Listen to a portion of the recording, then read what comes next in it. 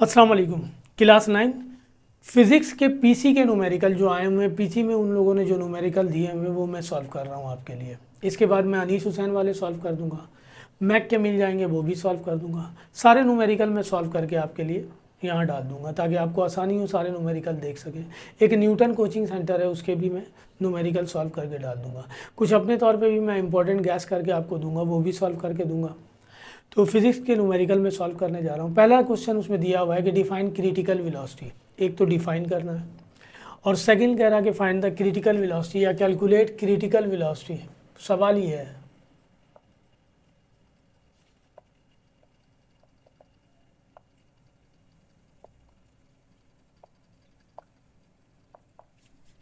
Of satellite for earth, earth के लिए हमने कैलकुलेट करना है क्रिटिकल वेलोसिटी।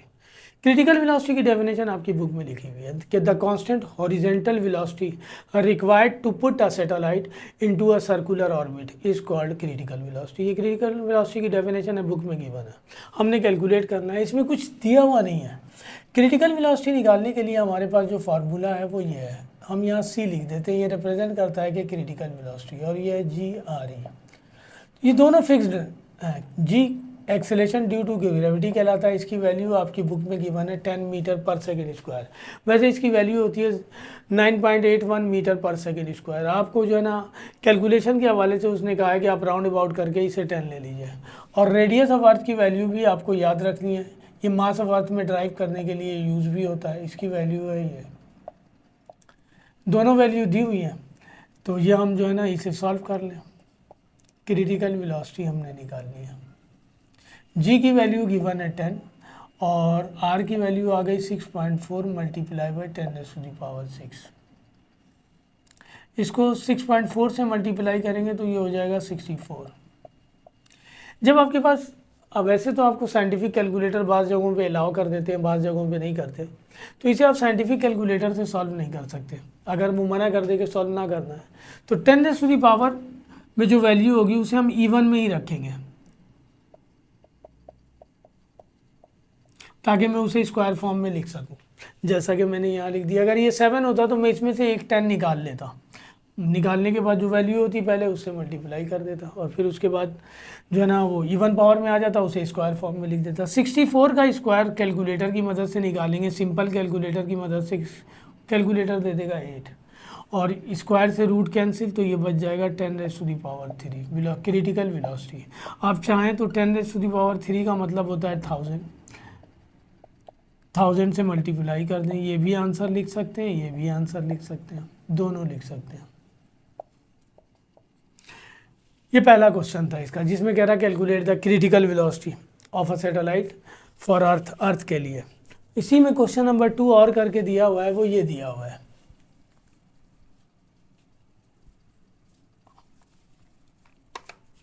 क्वेश्चन नंबर 2 में कह रहा कि what is the mass, what is the mass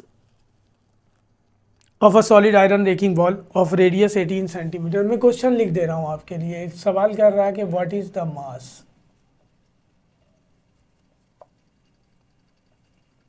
of solid iron racking ball of radius 18 centimetre. कह रहा कैलकुल जो है ना what is the mass of a solid iron racking ball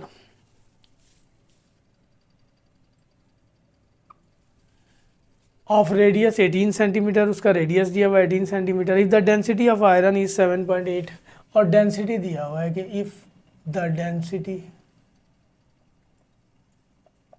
of iron is 7.8 ग्राम पर सेंटीमीटर क्यूबिक।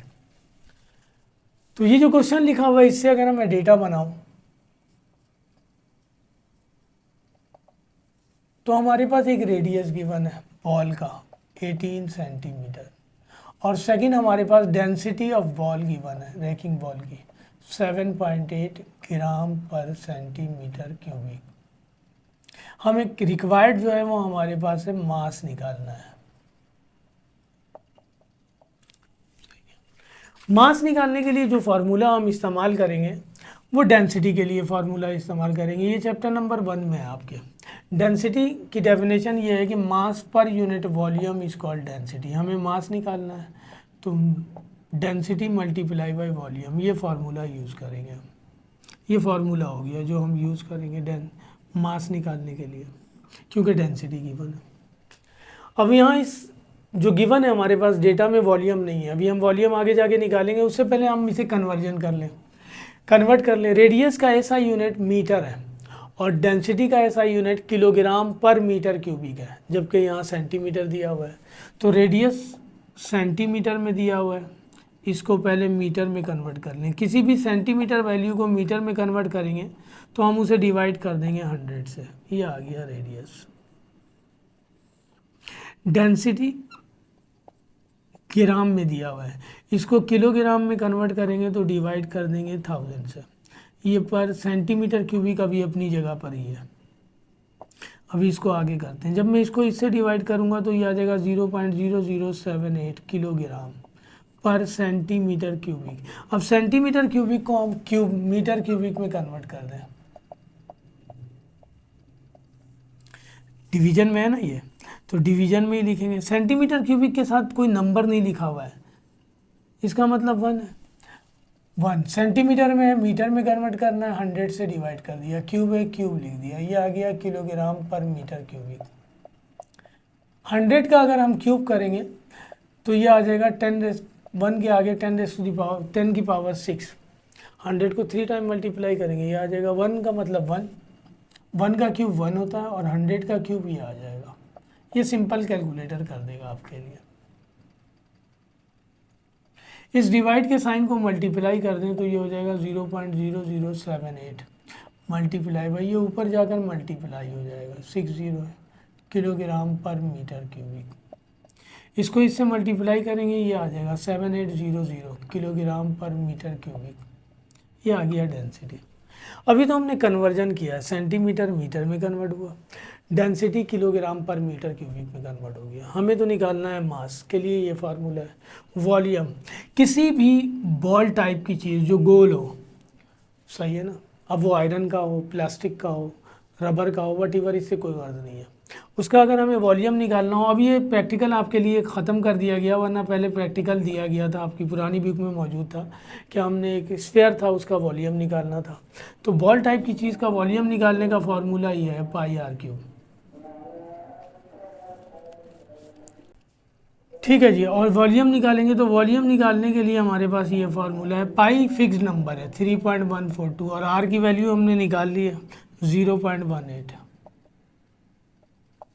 अब हम क्या करेंगे, 4 मल्टीप्लाई बाई 3.142 और 0.18 का क्यूब करके यहाँ लिख देते हैं। मेरे पास कैलकुलेटर है, 0.18 का क्यूब।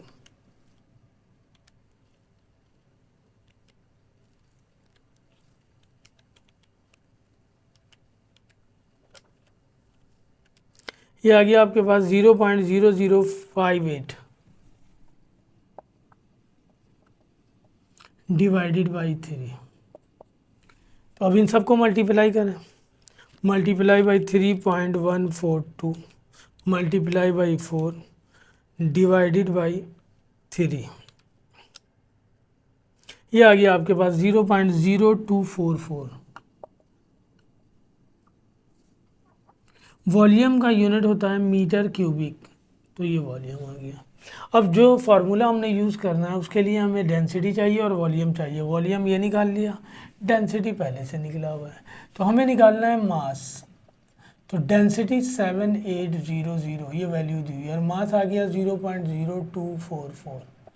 तो इसको मल्टीप्लाई कर दें, इसे हम मल्टीप्लाई बाई 7800,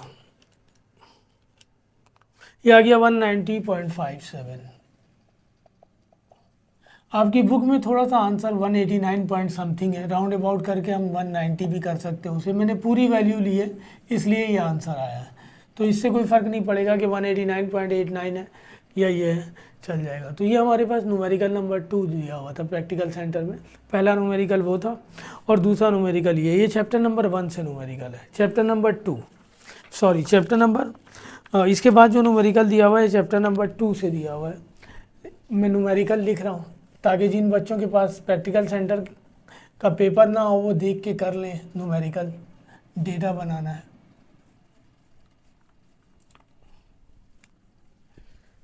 इसमें लिखा हुआ है कि a gun of mass 8 kg fire the bullet of mass 40 gram. Question ये दिया हुआ है, a gun of mass 8 kg fires a bullet of 40 gram with a velocity of 100 meter per second. With a velocity of 100 meter per second. इस velocity से fire किया जा रहा है। कह रहा है calculate the required velocity of the gun. Calculate the required velocity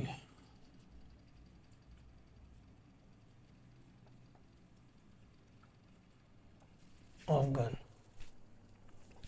आइए डेटा बनाते हैं। ये न्यूमेरिकल होगा law of conservation of momentum से। दो सिस्टम है, एक बुलेट है और एक मास है। फायर होने से पहले गन किसी के हाथ में होगा और बुलेट उसके अंदर होगी, दोनों रेस्ट हालत में होंगे, यानी इसका मतलब दोनों की इनिशियल वेलोसिटी 0। अब जब फायर होता है तो बुलेट इसी स्पीड से आगे जा रही है और गन, अगर आपने देखा हो गन फायर करते हुए किसी को, बुलेट फायर करते हुए गन से, तो एक झटका सा हाथ में लग रहा होता है, तो वो जिस झटके से पीछे आ रही है, मतलब यहाँ पे लॉ ऑफ जो है ना, न्यूटन फर्स्ट लॉ भी अप्लाई हो रहा, बल्कि थर्ड लॉ अप्लाई हो रहा कि एक्शन का रिएक्शन होगा। एक्शन के तौर पे बुलेट आगे जा रही है और गन पीछे की तरफ आएगी। वही रिकॉयल किस वेलोसिटी से पीछे आ रही है उसे वो कह रहा है कि recoil velocity of gun calculate कीजिए। आइए डेटा बनाते हैं इसका।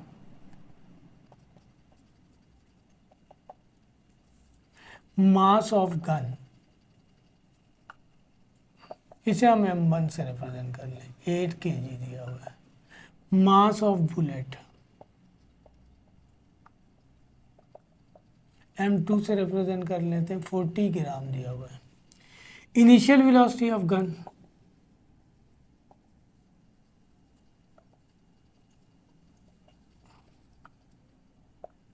u1 0। Initial velocity of bullet जिसे हम u1 u2 से law of conservation of momentum में यही सब यूज़ हुआ है। अभी मैं फार्मूला लिखूंगा तो आपको पता चलेगा। इनिशियल वेलोसिटी ऑफ बुलेट, अब बुलेट इस स्पीड से जा रही है, बुलेट के मास को हमने m2 से रिप्रेजेंट किया, ये v2 है फाइनल वेलोसिटी ऑफ बुलेट, यानी v2, और कैलकुलेट करना है फाइनल वेलोसिटी ऑफ गन कि किस वेलोसिटी से वो पीछे आएगी। ये बन गया आपके पास डेटा। इस डेटा में मास ऑफ बुलेट जो है वो ग्राम में है, हमें किलोग्राम में कन्वर्ट करना है क्योंकि ऐसा यूनिट मास का किलोग्राम होता है, तो वो कन्वर्ट कर लेते हैं। m2 दिया हुआ है 40 ग्राम, इसको किलोग्राम में कन्वर्ट कर लें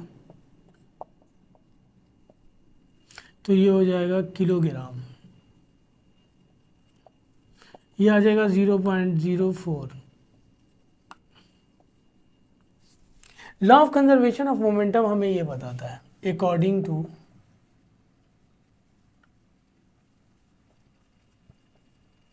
law of conservation of momentum,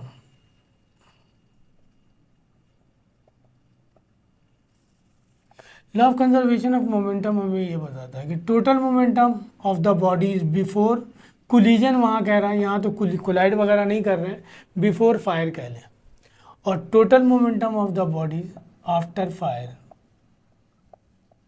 ये हो जाएगा। m1 दिया हुआ है 8, u1 इनिशियल वेलोसिटी 0, m2 आ गया 0.04, u2 0 आ गया, m1 8, v1 आ गया 100, v1 हमने निकालना है, m2 आ गया 0.04 और v2 दिया हुआ है 100।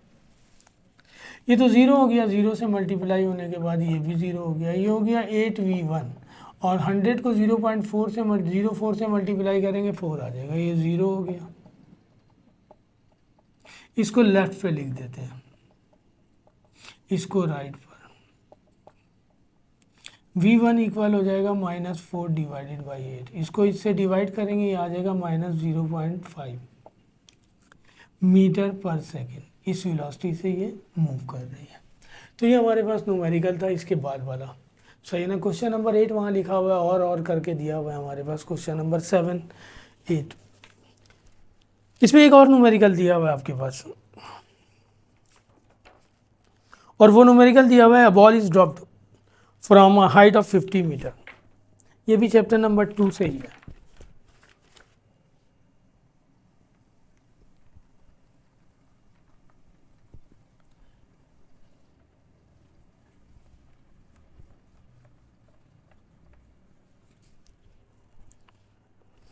अ ball is dropped from a height of 50 meter. Data बनाते हैं, पहले क्वेश्चन लिख दें। A ball is dropped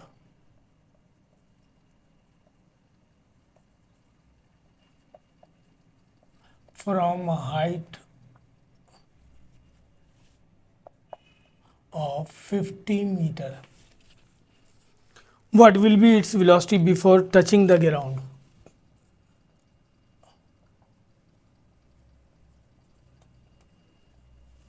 Its velocity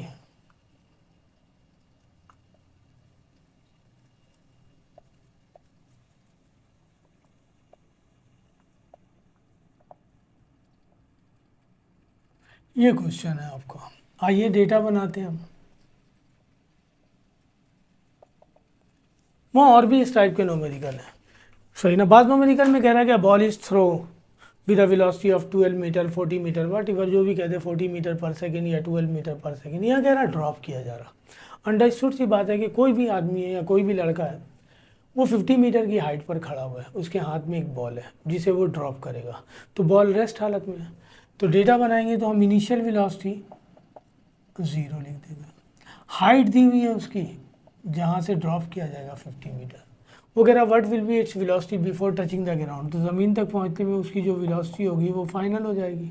ये निकालना है हमने। यहाँ पे एक चीज़ और हम खुद ब खुद लिख लेंगे, क्योंकि ये फ्री फॉल बॉडी है। जब किसी बॉल को थ्रो किया जाएगा अपवर्ड, तब भी हम वहाँ पे एक्सेलरेशन प्रोड्यूस नहीं होगा, उसमें ग्रेविटेशनल एक्सेलरेशन प्रोड्यूस होगा।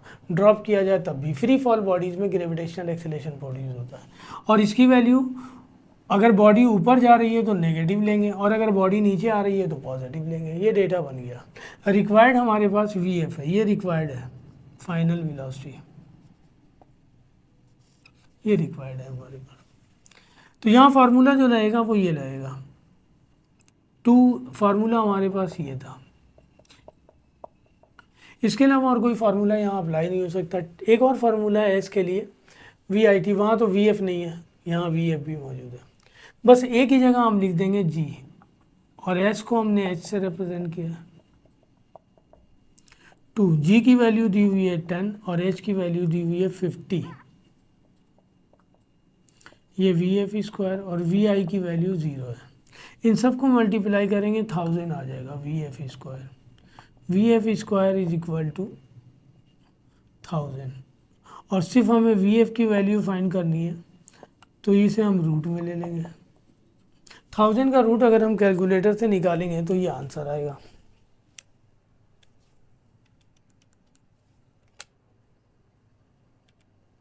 थर्टी 31.62। तो ये उसकी फाइनल वेलोसिटी आ गई। वेलोसिटी का यूनिट है मीटर पर सेकेंड। फिजिक्स में कोई भी टर्म हो हमारे पास, उसका ऐसा यूनिट लिखना ज़रूरी है, क्योंकि विदाउट ऐसा यूनिट वो फिजिकल टर्म नहीं होगी, मैथमेटिकल टर्म हो जाएगी।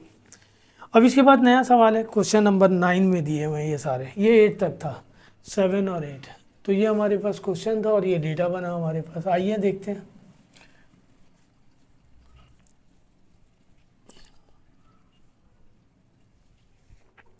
इसके बाद वाले क्वेश्चन में कह रहा है कि motorcycle cyclist moving along a straight path। Question ये दिया हुआ है,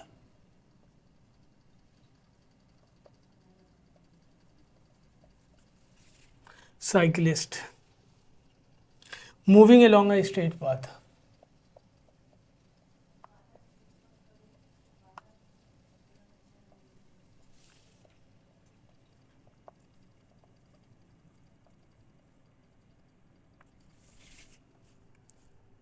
applies brake to slow down.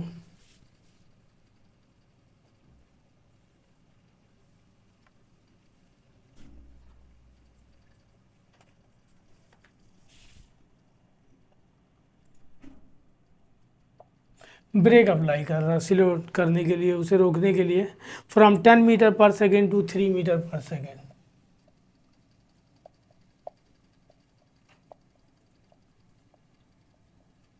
सही है। मीटर पर सेकेंड को हम इस तरह भी लिख सकते हैं और इस तरह भी लिख सकते हैं। Calculate it's in 5 second, time दिया हुआ है इन 5 सेकेंड।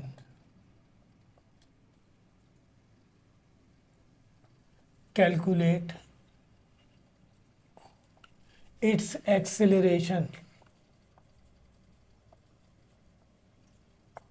हमने एक्सेलरेशन कैलकुलेट करना। आइए डेटा बनाते हैं।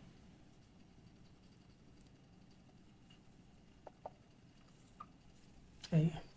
कह रहा एक मोटरसाइकिल उसे रुका हुआ नहीं दिखाया, चल रही है, और अचानक उस पर ब्रेक अप्लाई करता है उसे रोकने के लिए, तो उसकी वेलोसिटी 10, यानी जब वो चल रही थी जिस स्पीड से उस वक्त उसकी वेलोसिटी ये थी, ये इनिशियल हो गया, और जब ब्रेक मारता है तो कम होते होते ये हो जाती है, ये फाइनल हो गया। ये पहली वेलोसिटी है, ये दूसरी है। तो इनिशियल वेलोसिटी की वैल्यू दी हुई है हमारे पास 10, और फाइनल वेलोसिटी की वैल्यू दी हुई है 3 मीटर पर सेकेंड। टाइम दिया हुआ है हमारे पास 5 सेकेंड में। रिक्वायर्ड हमारे पास एक्सेलरेशन है, ये कैलकुलेट करना है। सही है ना। डेटा बिल्कुल ऐसा, यूनिट में हमने जस्ट फार्मूला यूज़ करना है। हमारे पास एक्सेलेरेशन का डायरेक्ट फार्मूला भी है, और अगर आप किसी को याद नहीं हो तो फर्स्ट इक्वेशन ऑफ मोशन ये है, इसी से वो एक्सेलेरेशन का फार्मूला निकाला गया है। इस सब को यहाँ ले आए, हमें तो ए की वैल्यू निकालनी है, वी एफ वहाँ ले जाए।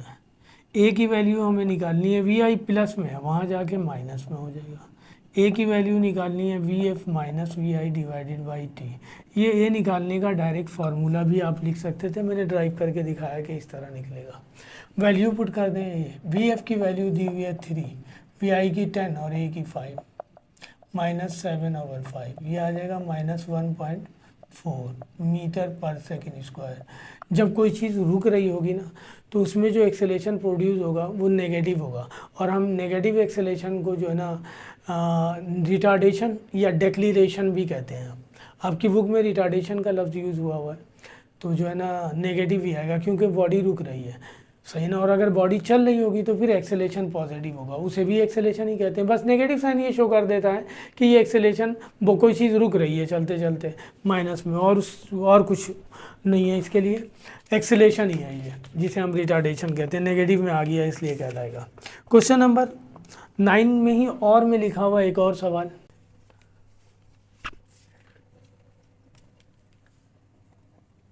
क्वेश्चन नंबर 9 का पहला कर दिया मैंने, उसके बाद उसमें और में एक और क्वेश्चन लिखा हुआ है कि a car moving on a road with velocity of 30 meter, a car moving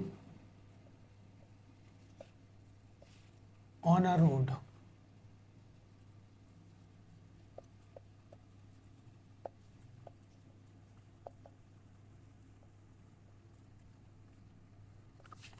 with velocity of 30 meter per second.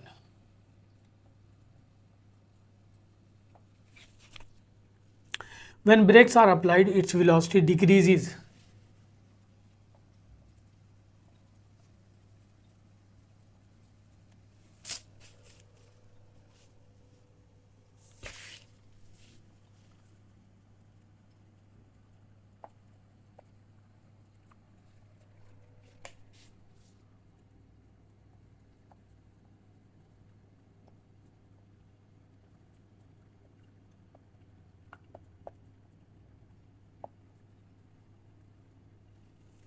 Its velocity decreases at a rate of 6 meter per second. Eight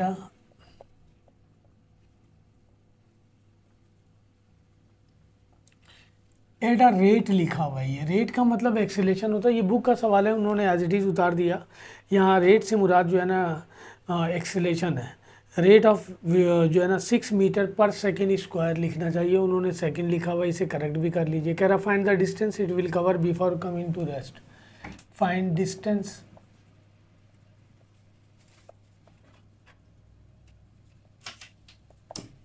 it will cover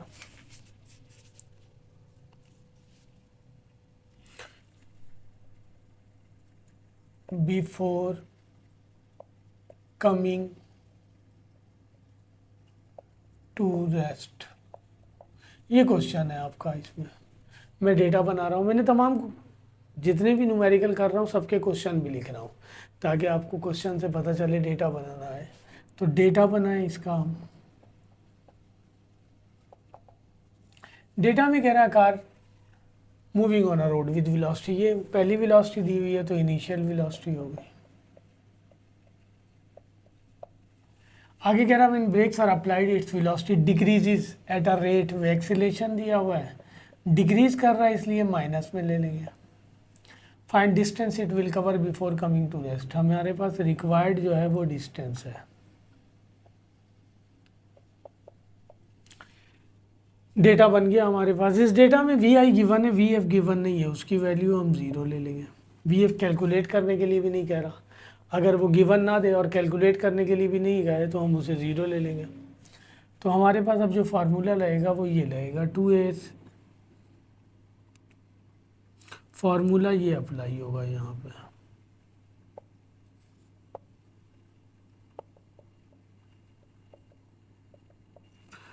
to ए की value दी हुई है -6, S calculate करना है, V F zero दिया हुआ है और वी आई दिया हुआ है 30। ये हो जाएगा 12s माइनस का, और ये तो ज़ीरो हो गया, ये हो जाएगा 900। ये हो जाएगा -12s इक्वल टू 9 -900, माइनस से माइनस कैंसिल, एस निकालना है 900, यहाँ बच गया 12s, एस की वैल्यू निकालेंगे तो 900 डिवाइडेड बाई 12, तो 900 को 12 से डिवाइड कर दीजिए, आपके पास आंसर आ जाएगा। तो ये देखिए डिवाइड कर रहा हूँ, मेरा ख्याल 75 आएगा, 900 डिवाइडेड बाई 12, ये आ गया 75, और डिस्टेंस का यूनिट होता है मीटर, तो ये मीटर आ गया। ये 9 का दूसरा क्वेश्चन है जो और करके दिया हुआ है। अब 9 में थर्ड क्वेश्चन एक और दिया हुआ है, वो करते हैं हम।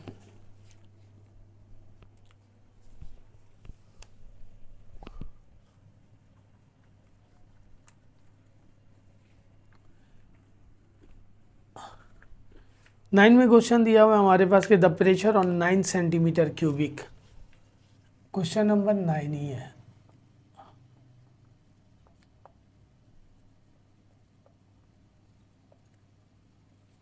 नाइन सेंटीमीटर क्यूबिक दिया हुआ है of oxygen gas is double,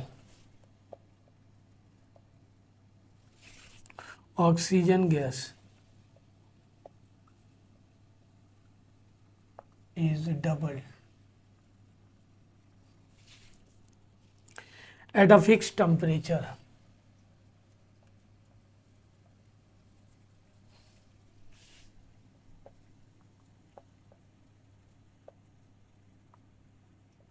temperature fixed है हमारे पास। What will be its volume become, हमें कैलकुलेट करना है वॉल्यूम ही।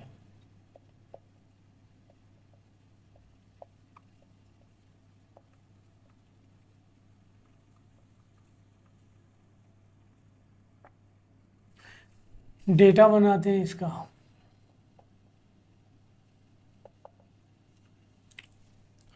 ये वॉल्यूम दिया हुआ है, फर्स्ट वॉल्यूम ले लें, यहाँ इसे कन्वर्ट करने की ज़रूरत नहीं है। कह रहा कि the pressure on 9 centimetre cubic of oxygen gas is double, उसका प्रेशर डबल किया जा रहा है। हम सपोज कर लेते हैं कि इनिशियल प्रेशर उसका P है,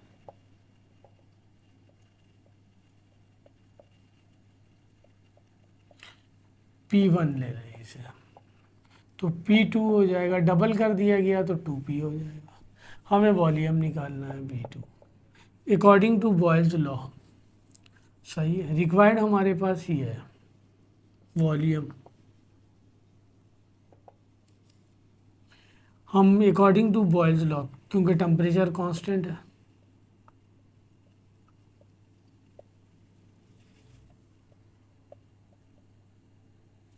हमें वो कह रहा P1 V1 equal to P2 V2, V2 निकालना है, इसे लेफ्ट पे लिख लें और इसे राइट पे लिख लें।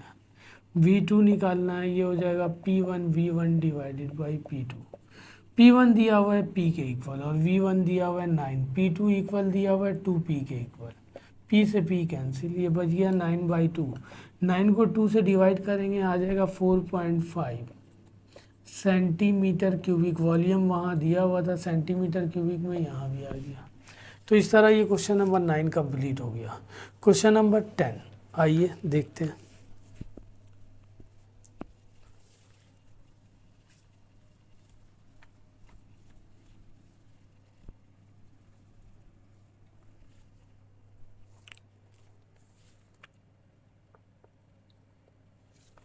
क्वेश्चन नंबर 10 में वो कह रहा कार ऑफ मास 5000 ग्राम, बल्कि 50,000 ग्राम दिया हुआ है। Car of mass 50,000 gram moving with velocity of 10 meter per second.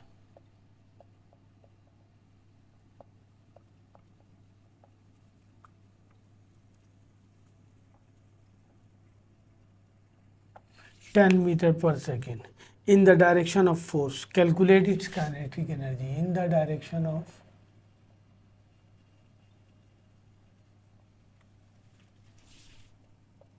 force. Calculate its kinetic energy. ये क्वेश्चन दिया हुआ है, ये पीसी के न्यूमेरिकल में सॉल्व कर रहा हूँ। डेटा बनाते हैं इसका।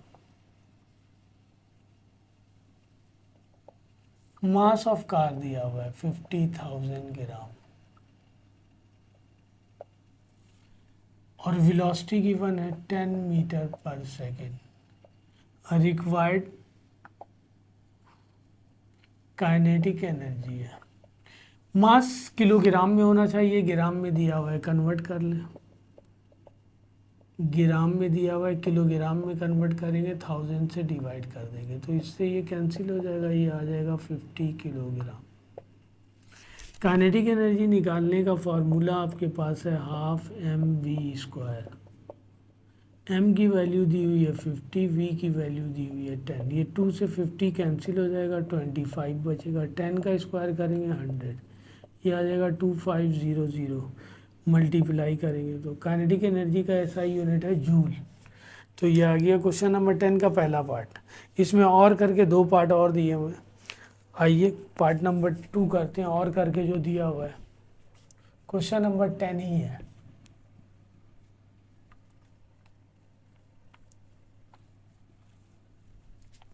न्यूमेरिकल दिया हुआ है आपके पास क्वेश्चन नंबर 10 में, कह रहा man pushes a car up to a distance of 18 metre.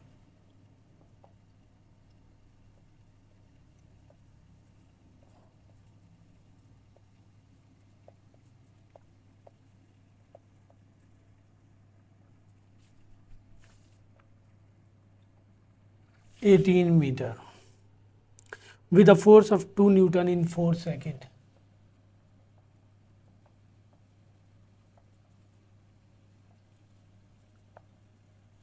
In 4 seconds.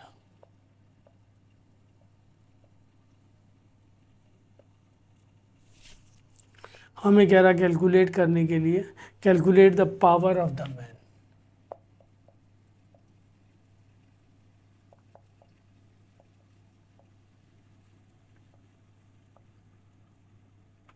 आइए डेटा बनाते हैं।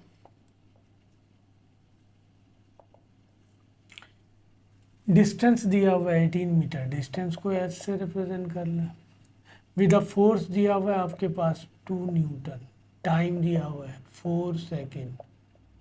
कैलकुलेट यानी रिक्वायर्ड हमारे पास है पावर। सही है ना, पी से रिप्रेजेंट नहीं करेंगे, पी से हमने मोमेंटम को रिप्रेजेंट किया है। फॉर्मूला पावर का हमारे पास है, पावर इक्वल होता है work done divided by time. Work done equal होता है एफ एस कॉस थीटा के। तो हम यहाँ पे एंगल नहीं दिया हुआ है तो वैसे ज़ीरो एंगल होता है, हम एफ एस लिख सकते हैं, F dot S divided by T. F की वैल्यू दी हुई है 2, एस की वैल्यू दी हुई है 18 और टी की वैल्यू दी हुई है 4। तो 2 2 ज़ा 4, 2 9 ज़ा 8। तो ये आ गया 9। पावर का ऐसा यूनिट होता है वाट। ये 10 का और करके जो सेकंड पार्ट था वो दिया हुआ है, 10 का और करके थर्ड पार्ट दिया हुआ है हमारे पास, third part.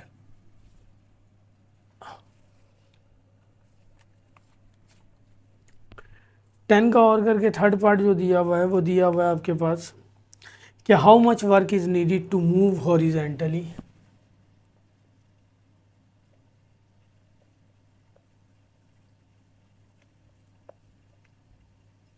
much work is needed to move horizontally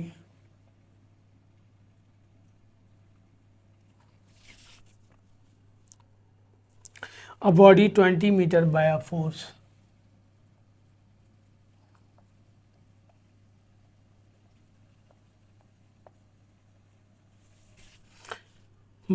of 30 Newton. Force दिया हुआ है हमारे पास 30 न्यूटन का। कह रहा कि the angle between the force and displacement is 60 degree.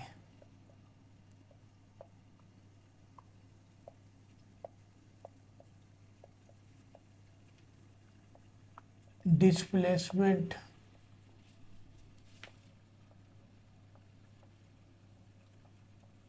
Thirty degree, sorry 60 degree दिया हुआ है।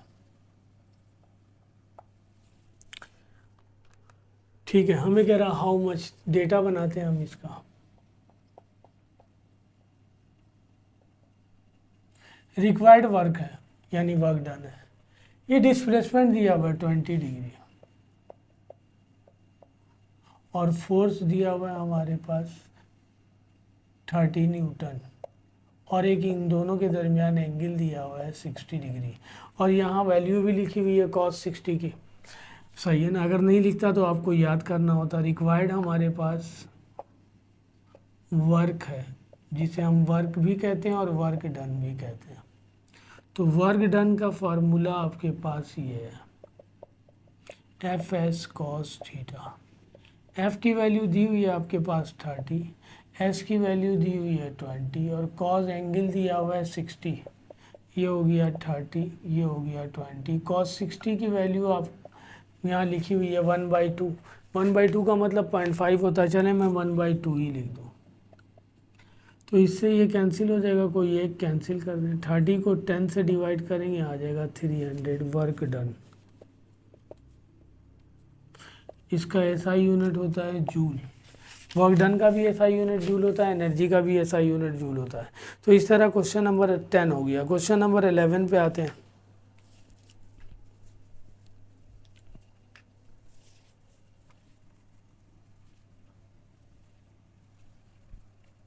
ये सारे क्लास 9, ये क्लास 9 के हैं न्यूमेरिकल। सही है जी, पीसी के सारे जो मैं सॉल्व कर रहा हूँ। क्वेश्चन नंबर 11 में कह रहा है कि the speed of satellite which orbit the earth at an altitude of 400 km above the earth's surface. Calculate the speed of satellite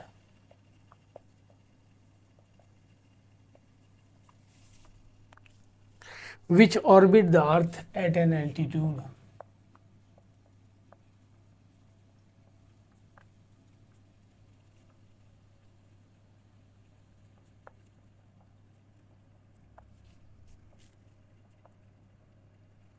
at an altitude 400 km above earth's surface.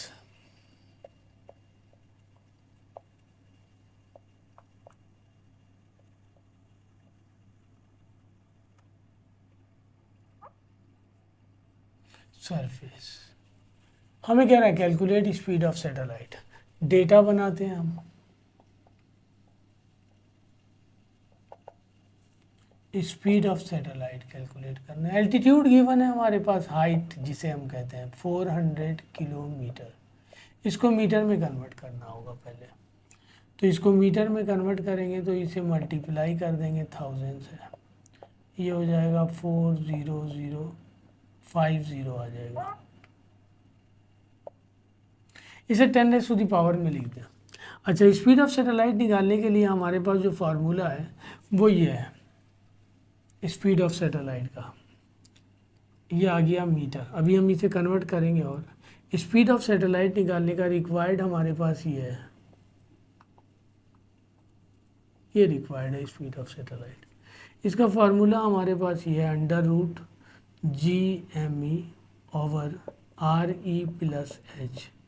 इसमें सारी चीज़ें fixed है, सिर्फ हमें H ही चाहिए था जो उसने गिवन दे दिया। G वर्ल्ड कांस्टेंट कहलाता है, इसकी वैल्यू 6.67 मल्टीप्लाई बाई 10⁻⁻11 होती है। इसका यूनिट न्यूटन मीटर स्क्वायर पर kilogram square. Mass of earth हम ड्राइव कर चुके हैं और ये सारी चीज़ें मैंने ड्राइव करके भी डाल दी हैं। 6 multiply by 10⁻24 kilogram. Radius of earth की वैल्यू है 6.4 मल्टीप्लाई बाई 10⁻⁶ मीटर। H आ गया हमारे पास, सब 10⁻⁴ में, इसे भी 10⁻⁴ में लिख दें हम।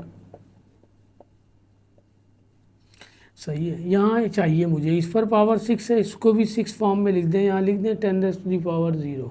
डेसिमल यहाँ है, उठाकर यहाँ ले आएँ, 4 के बाद 0 छोड़ दें हम, तो ये आ जाएगा 10⁻⁴ 1 2 3 4 5 6। तो यहाँ पे 0 में 6 ऐड कर देंगे, राइट से लेफ्ट की तरफ जाएंगे तो प्लस लिखेंगे, मीटर, ये आ गया। ठीक है जी, अब आइए पुट करते हैं। स्पीड ऑफ सैटेलाइट निकालना है, ये फार्मूला था हमारे पास। G की वैल्यू 6.67 मल्टीप्लाई बाई 10⁻⁻11। ME की वैल्यू 6 मल्टीप्लाई बाई 10⁻24। RE की वैल्यू 6.4 मल्टीप्लाई बाई 10⁻⁶ और H की वैल्यू 0.4 मल्टीप्लाई बाई 10⁻⁶। ये मैंने 6 इसलिए किया कि आपको सॉल्व करने में आसानी हो, वरना जो है ना साइंटिफिक कैलकुलेटर बाज़ दफ़ा बाज़ टीचर अलाउ कर देते हैं, बाज़ अलाउ नहीं करते, तो आपको बाई हैंड ही करना है। जब आपके पास 10⁻⁴ में वैल्यू आ जाए तो हम करते ही हैं कि 10⁻⁴ को अलग कर लेते हैं, बाकी वैल्यूज़ को अलग कर लेते हैं। तो 6.67 multiply by 6 multiply by 10⁻11 multiply by 10⁻⁴। इन दोनों में से 10⁻⁶ कॉमन आ रहा है, यहाँ बच गया 6.4 और यहाँ बच गया 0.4। ये आ गया 6.67 मल्टीप्लाई बाई 6 और इन दोनों को ऐड करेंगे तो ये हो जाएगा 6.8। ये दोनों ऐड हो जाएंगे, बेसिस सेम है, आपस में मल्टीप्लाई हो रहे हैं, तो -11 + 24 और ये डिवीजन में ये है 10⁻⁶। अब हम इसको मल्टीप्लाई करके इससे डिवाइड कर दें डायरेक्ट कैलकुलेटर से। तो with the help of calculator मैं इसे मल्टीप्लाई करके डिवाइड कर रहा हूँ। 6.67 मल्टीप्लाई बाई 6 डिवाइडेड बाई 6.8। ये वैल्यू आ गई 5.88। इसको डिवाइड करके जो रिजल्ट आया 5.88। इन दोनों को ऐड करेंगे, 24 में से माइनस हो जाएगा 11, तो बच जाएगा 13 और ये बच गया 10⁻⁶। ये दोनों बेसिस सेम है, आपस में डिवाइड हो रहे हैं, माइनस कर दें। 5.88 13 माइनस 6, ये हो गया 5.88 मल्टीप्लाई बाई 13 में से 6 निकालेंगे 7। अब ये आ गया वेलोसिटी, मुझे तो इसे रूट से बाहर निकालना है। आपके पास जो कैलकुलेटर है वो साइंटिफिक नहीं है तो इसमें नहीं लिख सकते आप इसे। तो जब भी आपको इस टाइप की वैल्यू को सॉल्व करना पड़ जाए विदाउट साइंटिफिक कैलकुलेटर से, तो 10⁻⁴ वाली वैल्यू को हम इवन नंबर में लाएंगे, ये ऑड में है। इवन में लाने के लिए हम यहाँ से एक 10 निकाल लेते हैं, बाकी बच जाएगा 10⁻⁶। इस 10 को इससे मल्टीप्लाई करेंगे तो ये आ जाएगा 58.8 और ये बच गया 10⁻⁶। मैं यहाँ कर रहा हूँ, ये आ गया 58.8 और 10⁻⁶ को हम लिख सकते हैं 3 की पावर 2। इवन में इसीलिए किया है कि स्क्वायर से रूट कैंसिल हो जाएगा और 58.8 का हम रूट निकाल लें। कैलकुलेटर की मदद से, जो नॉर्मल कैलकुलेटर भी आपको निकाल के दे देगा। 58.8, ये आ गया आपके पास 7.66, v इज इक्वल टू 7.66, और ये स्क्वायर से रूट कैंसिल, बच जाएगा 10⁻³ मीटर पर सेकेंड। ये आंसर हो गया। तो ये वेलोसिटी, हमने सैटेलाइट की वेलोसिटी कैलकुलेट की। सैटेलाइट की वेलोसिटी कैलकुलेट करने के लिए सिर्फ हमें वो h देगा, एल्टीट्यूड जिसे कहते हैं। बाकी ये सारी चीज़ें फिक्स्ड हैं जो आपको याद रखनी है, कि g की वैल्यू ये होती है, m की वैल्यू ये होती है, r की वैल्यू ये होती है। मास ऑफ अर्थ भी आपने ड्राइव कर लिया चैप्टर नंबर 6 में, जहाँ ये है, ये सारी चीज़ें ड्राइव की हुई है। ये फार्मूला भी ड्राइव किया हुआ है मैंने, ये सारे सॉल्व करके डाले हुए हैं आपके लिए। आइए आगे करते हैं। ये क्वेश्चन नंबर 11 है। 11 का पहला पार्ट था ये। 11 का पार्ट नंबर 2 हम कर रहे हैं।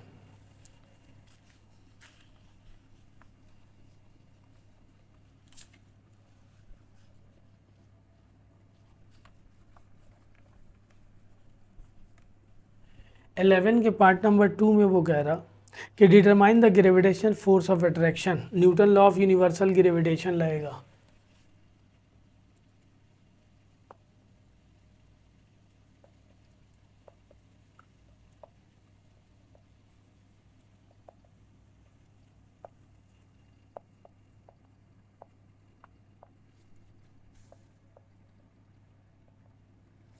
Determine the gravitational force of attraction between Rani and Naveera, ये दो नाम दिए हुए हैं। ये भी आपकी बुक का न्यूमेरिकल है।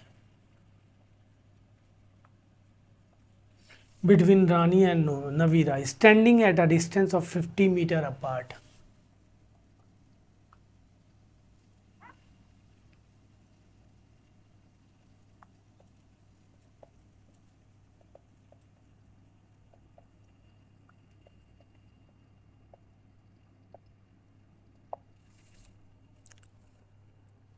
The mass of Rani is 60 kg and that of Navira is 70 kg.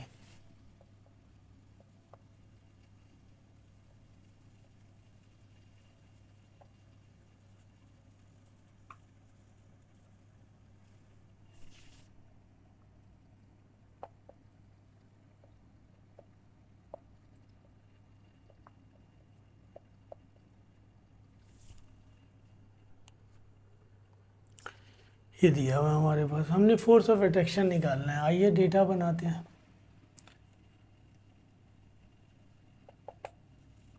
Required force of attraction है, एफ से रिप्रेजेंट करेंगे। मास ऑफ रानी एक को ml ले लें 60 kg, mass of Navira 70 kg, और डिस्टेंस दोनों के दरमियान जो है हम आर से भी रिप्रेजेंट करते हैं, डी से भी रिप्रेजेंट करते हैं। मैंने आर से रिप्रेजेंट कर लिया। जी की वैल्यू हमें खुद लिखनी पड़ेगी, वर्ल्ड कांस्टेंट कहलाता है, इसकी वैल्यू फिक्स्ड है, Newton metre square per kilometre. According to Newton law of universal gravitation, force of attraction निकालने के लिए फार्मूला यूज होगा। अकॉर्डिंग टू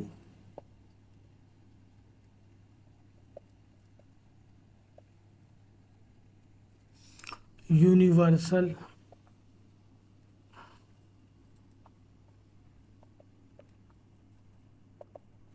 ये फार्मूला है हमारे पास, F equal to G m1 m2/r²। तो F equal to G 6.67 multiply by 10⁻⁻11, m1 60 m2 70, r की वैल्यू दी हुई है 50। वही इसमें 10⁻⁻ भी है, उसे सेपरेट कर दें, बाकी नंबरों को अलग कर लें। 6.67 मल्टीप्लाई बाई 60 मल्टीप्लाई बाई 70, और इसका स्क्वायर करेंगे, ये आ जाएगा हमारे पास। इन सबको हम कैलकुलेटर से सॉल्व कर लें। 6.67 को 60 से मल्टीप्लाई करें, 6.67 multiply by 60 multiply by 70 divided by 2500, ये आ गया 11.2056।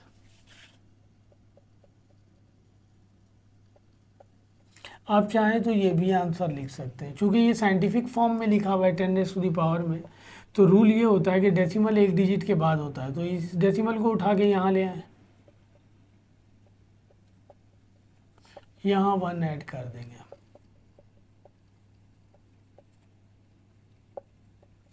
11 में से 1 निकालेंगे, माइनस का 10 बच जाएगा न्यूटन। ये आंसर हो गया। ये हमारे पास फोर्स ऑफ अट्रैक्शन था। ये 11 का दूसरा पार्ट था। 11 के पार्ट नंबर 3 में हम देखते हैं, यानी 11 में ही दिया हुआ एक और पार्ट, वो करते हैं हम।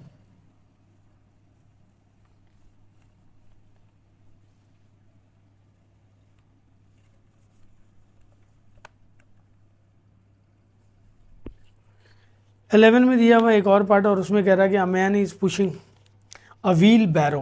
व्हील बैरो ट्रॉली को कहते हैं हम।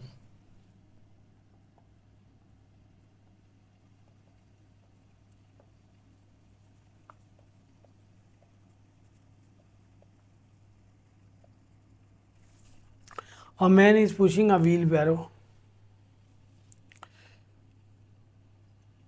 on a horizontal ground with a force of 300 Newton. On a horizontal ground with a force of 300 Newton and making an angle of 60 degree with the horizontal.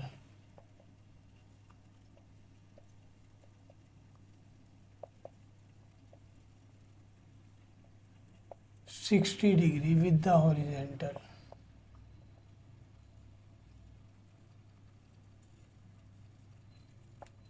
Horizontal. Find rectangular component of force. हमने निकालना है, find कह रहा कि find rectangular component of force. Data बनाते हैं। Rectangular component horizontal और vertical component को कहते हैं, चाहे वो फोर्स का हो, वेलोसिटी का हो, किसी का भी हो, वेट का हो। तो डेटा बनाते हैं। हमारे पास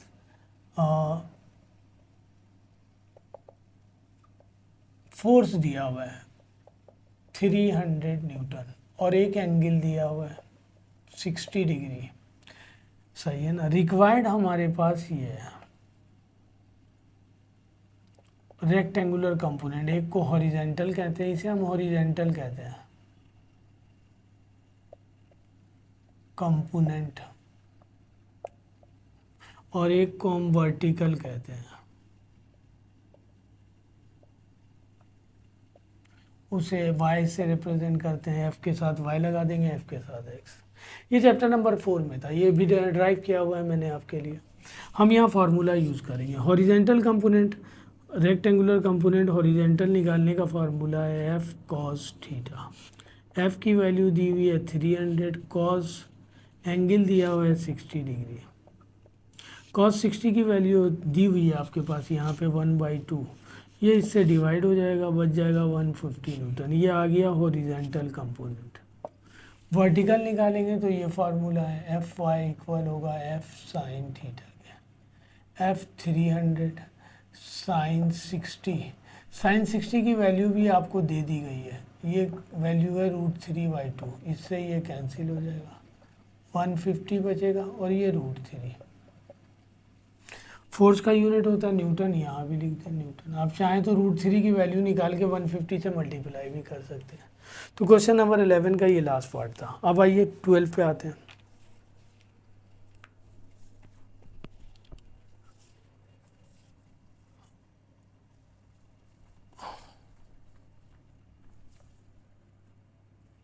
ये सब फार्मूले मैं ड्राइव कर चुका हूँ चैप्टर 6 तक के, और वहाँ डली हुई है। अब जाकर के आप चेक करेंगे तो आपको पता चलेगा। क्वेश्चन नंबर 12 में कहता है कि स्पेसिफिक हीट से दिया हुआ है। कह रहा है कि how much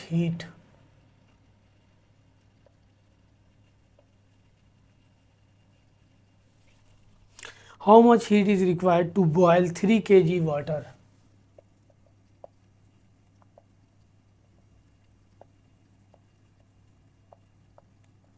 3 kg water which is initially 10 degree centigrade.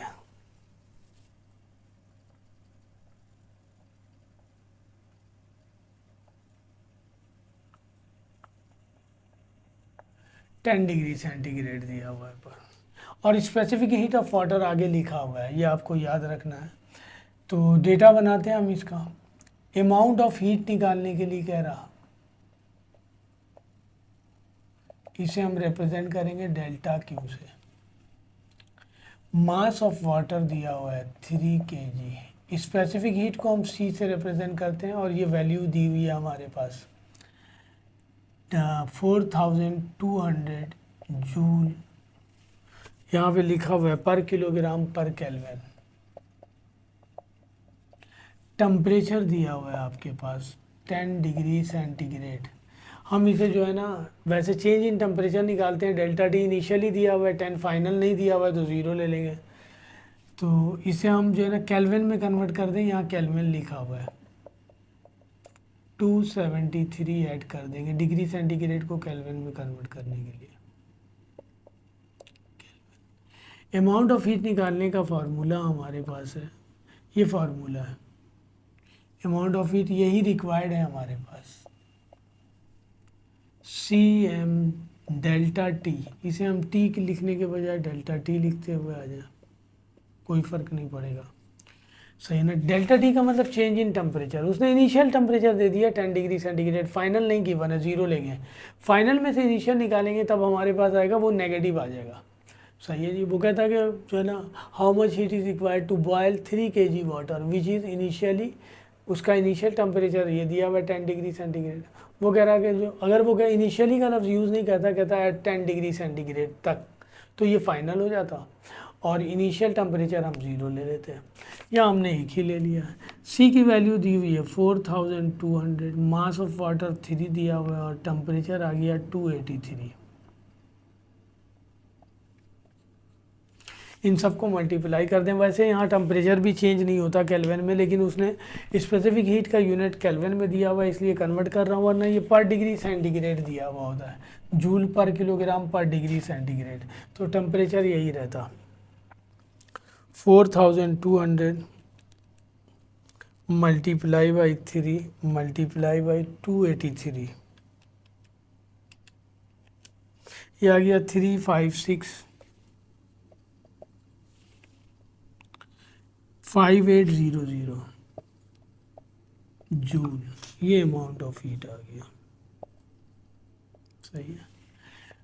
अगर ये न्यूमेरिकल इस तरह होता कि how much heat is required to boil 3 kg water at which is initially नहीं लिखता और ये लिख देता है एट सिर्फ 10 डिग्री सेंटीग्रेड पर, तो इसे हम लेते T2 और T1 को हम ले लेते 0 डिग्री सेंटीग्रेड। फिर हम डेल्टा टी निकालते हैं, T2 minus T1, change in temperature 10 minus 0, तो ये आ जाता है 10, और इसे हमें कन्वर्ट करने की भी ज़रूरत नहीं होती, आपकी बुक में ऐसा न्यूमेरिकल दिया हुआ है, फिर हम यही काम कर लेते हैं। क्वेश्चन नंबर 12 के पार्ट 2 में लिखा हुआ है हमारे पास coefficient of linear thermal expansion से मैं लिख रहा हूँ क्वेश्चन 12 के और में जो पार्ट दिया हुआ है वो ये दिया हुआ है।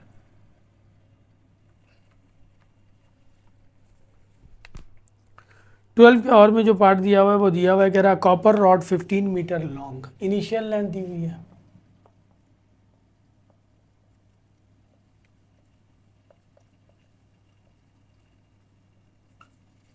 15 meter long is heated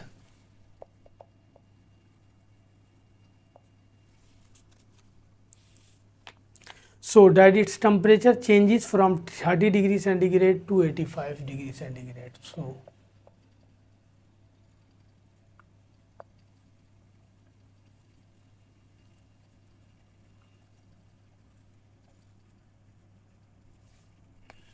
thirty 30 degree centigrade to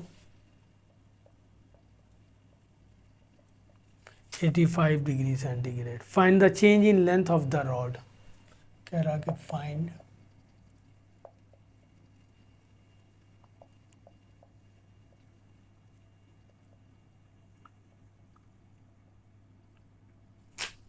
of the rod निकालना। The coefficient of linear thermal expansion की वैल्यू दी हुई है।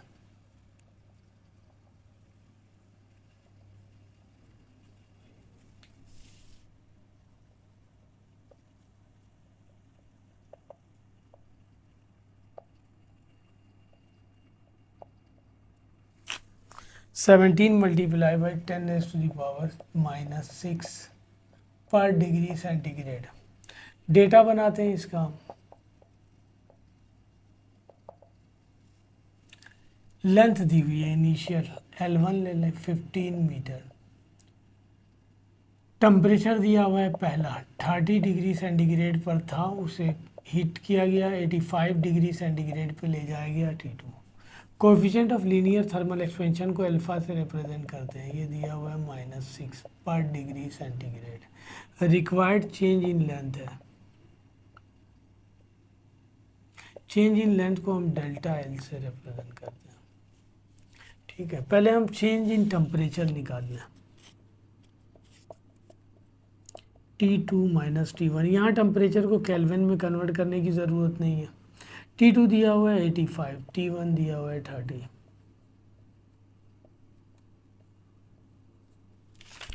Coefficient of change in length, coefficient of linear thermal expansion, coefficient of linear thermal expansion equal होता है change in length per unit original length पर degree rise in temperature. हमें इसकी value चाहिए, चेंज इन लेंथ रिक्वायर्ड ये है, ये सारे वहाँ जाके मल्टीप्लाई हो जाएंगे। अल्फ़ा की वैल्यू गिवन है 17 मल्टीप्लाई बाई 10⁻⁻6। L1 की वैल्यू गिवन है 15 और डेल्टा टी की वैल्यू आ गई 55। तमाम नंबरों को एक तरफ कर लें, मल्टीप्लाई बाई 10⁻⁻6, तो 17 multiply by 15 multiply by 55, 17 multiply by 15 multiply by 55, यह आ गया 14025। 10⁻⁻6 डेसिमल यहाँ है, इसे चूँकि 10⁻⁴ में दिया हुआ यहाँ ले आए तो 2 4 5 और इसके बाद ला रहा हूँ मैं तो 6 हो जाएगा। 10⁻6 और ये पहले से दिया हुआ है -6।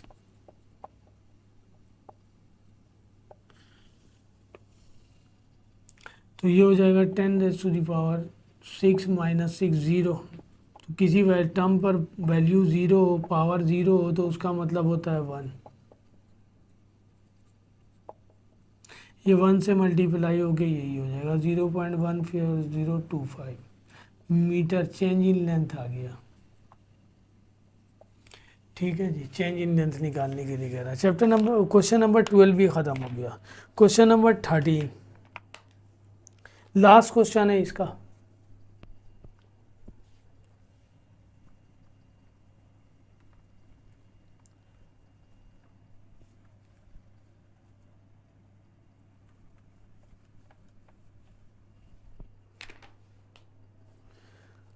क्वेश्चन नंबर 13 में वो कह रहा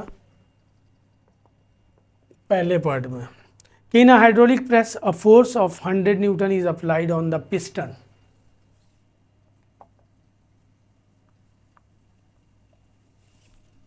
इन a hydraulic press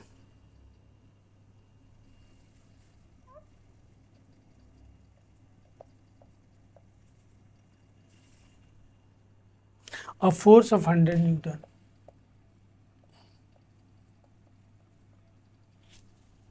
applied on the piston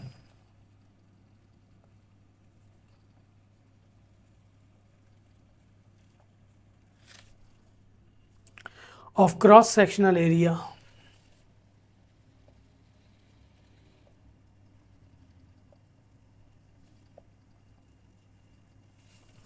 ये गिवन है आपके पास 0.01 meter square, 0.01 meter square. Find the force that compress a cotton bale placed on large piston of cross section area of 1 meter. कह रहा है कि find the force of cotton bale. एक cotton bale है, उस पर हमने फोर्स निकालना है। Find the force that compress a cotton bale, that compress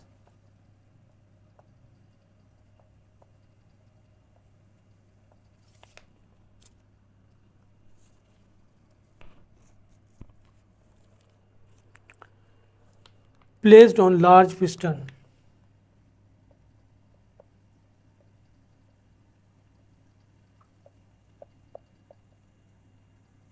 of cross section area 1 meter square. आइए डेटा बनाते हैं। ये पहला है हमारे पास क्या है ना, hydraulic press of force of 100 Newton. एक हाइड्रोलिक प्रेस है, उस पर फोर्स अप्लाई हो रहा है 100 न्यूटन का। इसे F1 से रिप्रेजेंट कर लें, क्योंकि कह रहा है कि फाइंड द फोर्स, दोबारा फोर्स निकालना है, तो उसे F2 से रिप्रेजेंट करेंगे। Applied on the piston of cross sectional area, उस पे पिस्टन का क्रॉस सेक्शनल एरिया को हम ए से रिप्रेजेंट करते हैं। ये दिया हुआ है हमारे पास A1 0.01 मीटर स्क्वायर। कह रहा फाइंड द फोर्स, F2 निकालना है, रिक्वायर्ड है ये। और प्लेस ऑन लार्ज, सो है ना, फाइंड द फोर्स ऑफ जो है ना compress a cotton bale placed on large piston of cross sectional area, उसका एरिया दिया हुआ है 1 मीटर स्क्वायर A2 से। तो हमारे पास यहाँ प्रेशर निकालना है। प्रेशर निकालने का फार्मूला है, पहले P1 निकाल लें। P1 निकालने का फार्मूला है फोर्स पर यूनिट एरिया, दोनों 1 ले लिया।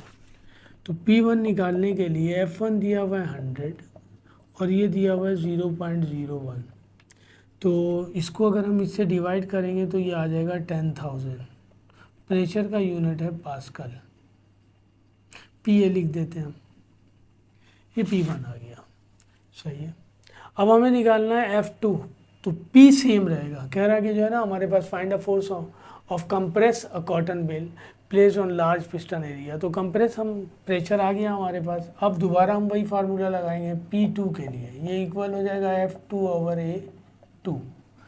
बल्कि हमें वो कह रहा है कि F2 निकालना है, फोर्स निकालना है। तो यहाँ हम P1 रिप्रेजेंट करने के बजाय हम इसे P ले लें, प्रेशर P से रिप्रेजेंट कर लिए। ये दोनों के लिए सेम है, पहले के लिए भी और दूसरे के लिए भी। F2 निकालना है, तो F2 इक्वल हो जाएगा P multiply by A2। P आ गया हमारे पास 10,000 और A2 दिया हुआ है 1। ये आ गया फोर्स, ये आंसर हो गया। ये दिया हुआ है हमारे पास। इसके और करके एक क्वेश्चन लिखा हुआ है हमारे पास, क्वेश्चन 13 का पहला पार्ट मैंने कर दिया, 13 का दूसरा पार्ट है और करके, और एक और पार्ट है। इस तरह जो है ना पीसी में जितने फिजिक्स के न्यूमेरिकल दिए हुए हैं क्लास 9 के, वो सारे मैंने सॉल्व कर दिए। डेरिवेशन उसकी जितनी भी दी हुई है वो मैंने ऑलरेडी सॉल्व करके डाला हुआ है चैप्टर वाइज। आप वहाँ जा कर के मेरे लिंक पे देखिएगा तो आपको नज़र आ जाएगा। इसमें कह रहा है wooden block of dimension 0.5 meter, 0.6 meter और 1 मीटर। डायमेंशन दिया हुआ है। डायमेंशन से मुराद ये है कि अगर हम, वो कह रहा है कि आप wooden block,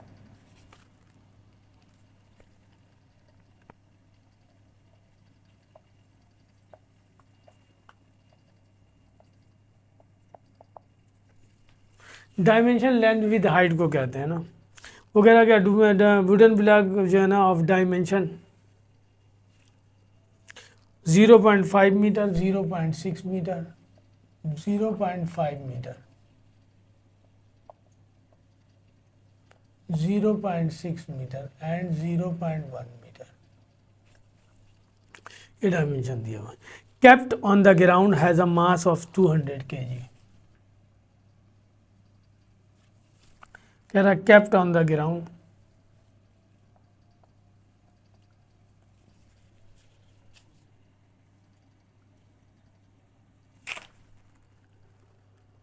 has a mass of 200 kg।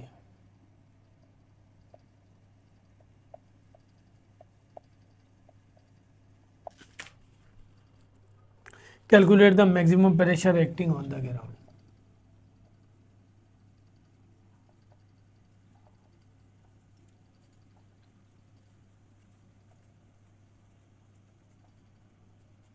Acting on the ground,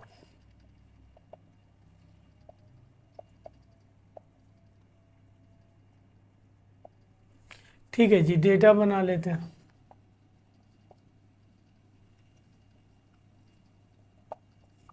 dimension given है सबसे पहले, डायमेंशन का मतलब लेंथ गिवन है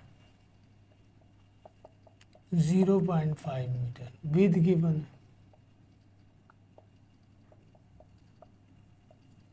और हाइट कह लें इसे आप, और मास गिवन है 200 किलोग्राम। कैलकुलेट करना है प्रेशर, सही है।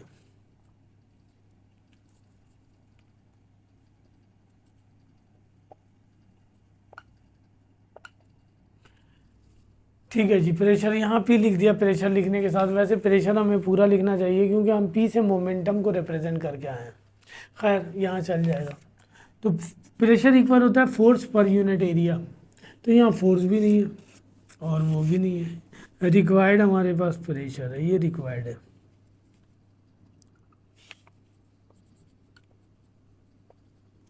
तो यहाँ फोर्स जो है इक्वल हो जाएगा वेट ऑफ द बॉडी के, तो वेट दिया हुआ है इक्वल होता है mg के, m दिया हुआ है 200 और g की वैल्यू 10 है। आप चाहें तो 9.1 भी ले सकते हैं। ये फोर्स आ गया। अब हमें निकालना है एरिया। तो रेक्टेंगुलर वुडन ब्लॉक है, कह रहा wooden block, block rectangle type का होता है, तो area of block length multiply by with, height की ज़रूरत नहीं है, वॉल्यूम निकालना होता तो हाइट की ज़रूरत होती। लेंथ दिया हुआ है 0.5 और ये दिया हुआ है 0.6, 0.5 को 0.6 से मल्टीप्लाई कर लें,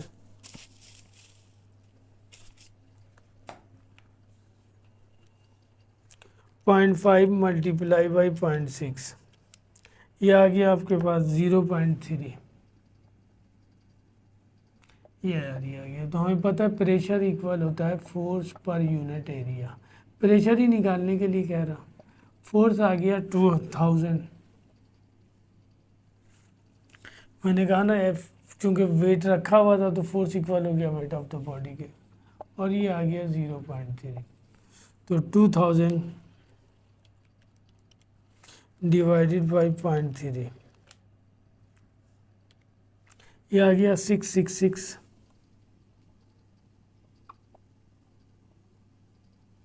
पास्कल, प्रेशर का यूनिट आ गया।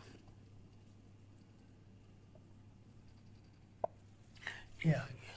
अब 13 का दूसरा क्वेश्चन दिया हुआ, ये लास्ट क्वेश्चन है। तो पीसी के तमाम न्यूमेरिकल फिजिक्स के क्लास 9 के मैंने आपके लिए सॉल्व कर दिए। अब किसी और, अब जो है ना अनीस हुसैन या न्यूटन कोचिंग के सॉल्व करूँगा मैं, 2-3 जो है ना अच्छे ब्रांड, अच्छे कोचिंग सेंटर के जो है ना मैं सॉल्व कर दूंगा आपके लिए न्यूमेरिकल, सही है ना। वो आपके लिए एक तरह से जो है ना इम्पोर्टेंट भी होगा और उसी से रिलेटेड न्यूमेरिकल भी आ जाएंगे, एक एक तरह से आपके लिए जो है ना एक मॉडल पेपर का काम करेगा। ये दिया हुआ है, इसमें लिखा हुआ है क्वेश्चन नंबर 13 ही दिया हुआ है, कह रहा है कि हाउ फार, 13 में कह रहा how much force is needed to pull a spring. सवाल ये है,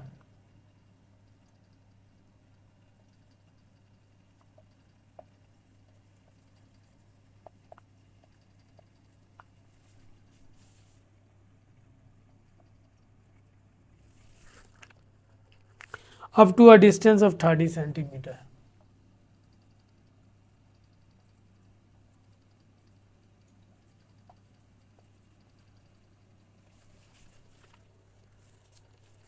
When the spring constant is 15 Newton per meter.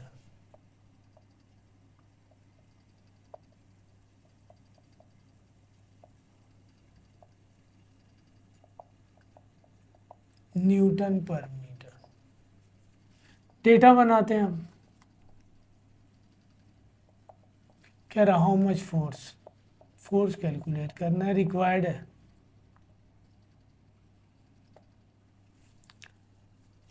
Up to a distance of 30 centimetre. Spring में स्ट्रेच प्रोड्यूस हो रहा है, स्ट्रेच को हम रिप्रेजेंट करते हैं एक्स से, 30 सेंटीमीटर। मैंने स्प्रिंग कांस्टेंट को हम के से रिप्रेजेंट करते हैं। तो फार्मूला हमारे पास Hooke's law, according to Hooke's law लगाएंगे, पहले एक्स को जो है ना हम मीटर में कन्वर्ट कर दें।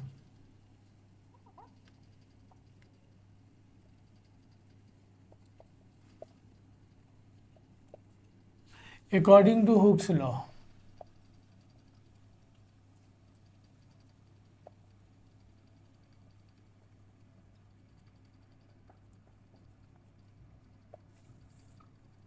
एफ इक्वल होता है के एक्स के, माइनस साइन होता था वहाँ पे, यहाँ ऐसे ले लेंगे। एफ के आ गया हमारे पास 15 और एक्स आ गया 0.3, तो 15 को 0.3 से मल्टीप्लाई कर दें। 15 multiply by 0.3 multiply by 15 multiply by 0.3, ये आ गया आपके पास 4.5। तो इस तरह पीसी के फिज़िक्स के तमाम न्यूमेरिकल मैंने आपके लिए कंप्लीट कर दिए। वीडियो अच्छी लगे तो लाइक कीजिए, सब्सक्राइब कीजिए। इंशाल्लाह नेक्स्ट टाइम में अब देखते हैं जो है ना अनीस हुसैन या मैक या एक न्यूटन कोचिंग है उसके पेपर को मैं सॉल्व करने के लिए आपके लिए कर दूंगा। फिज़िक्स और मैथ दोनों सॉल्व करूंगा, ये अभी मैं फिज़िक्स से सॉल्व कर रहा हूँ, ठीक है। और वैसे ही मैंने जो है ना यूट्यूब पे चैप्टर नंबर 2, 3, 4, 5 में जितनी डेरिवेशन है वो सारी सॉल्व करके भी डाली हुई हैं आपके लिए। तो वीडियो अच्छी लगे तो लाइक कीजिए, सब्सक्राइब कीजिए। अल्लाह हाफिज़।